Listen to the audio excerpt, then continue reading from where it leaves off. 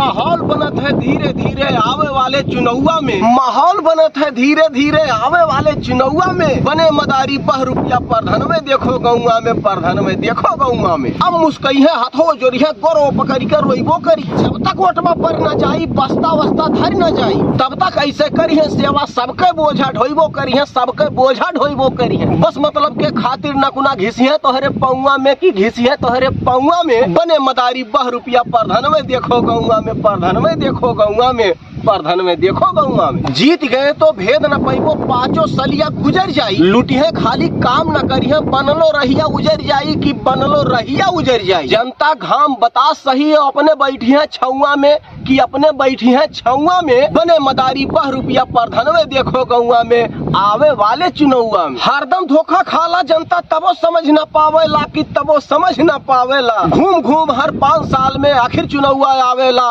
फिर चुनौआ आवेला। अरे मुखिया ऐसा चुनाए भैया दम हो जकरे नौआ में कि दम हो जकरे नौआ में। अब बने मदारी बह रुपया परधन में देखो गौआ में, परधन में देखो गौआ में। एक जनी प्रधानी जीते घर भर मुखिया मुखिया को, बड़ा परेशानी बात है भैया गाँव में।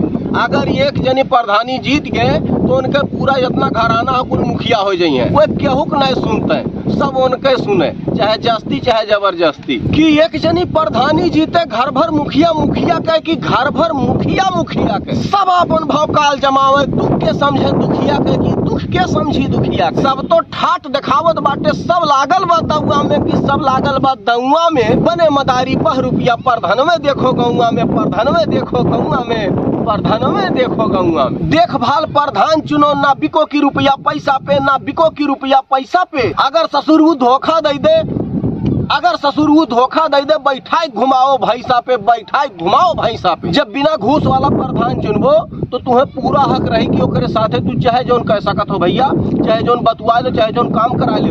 और अगर घूस घूस लेके रुपया रुपया लेके प्रधान चुने हो तो जौन ऊ कही तो सुने परी, ना सुनबो तो कहूँ बन हो आए के तुम्हें कुटवाई दी। कालिख लाओ बलभर पोतो भर के एकठू छौआ में कि भर के एकठू छौआ में। अब बने मदारी बह रुपया परधन में देखो गौआ में, परधन में देखो गौआ में, परधन में देखो गौआ में। माहौल बनत है धीरे धीरे आवे वाले चुनौआ में, माहौल बनत है धीरे धीरे आवे वाले चुनौआ में।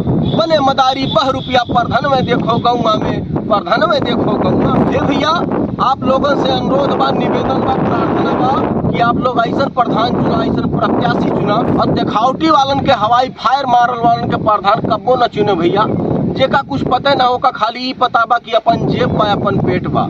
तहार पेट और तहार जेब से उन्हें कोनो मतलब नहीं खे तो ऐसा प्रधान न चुनो। न दारू शराब कपड़ा रुपया पैसा पे बिके कोशिश कियो और न ऐसा लोगन के वोट दियो।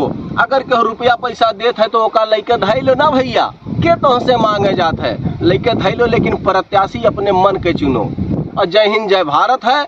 मिलल जाई अगले वीडियो में, तब तक के लिए धन्यवाद बा, नमस्कार बा।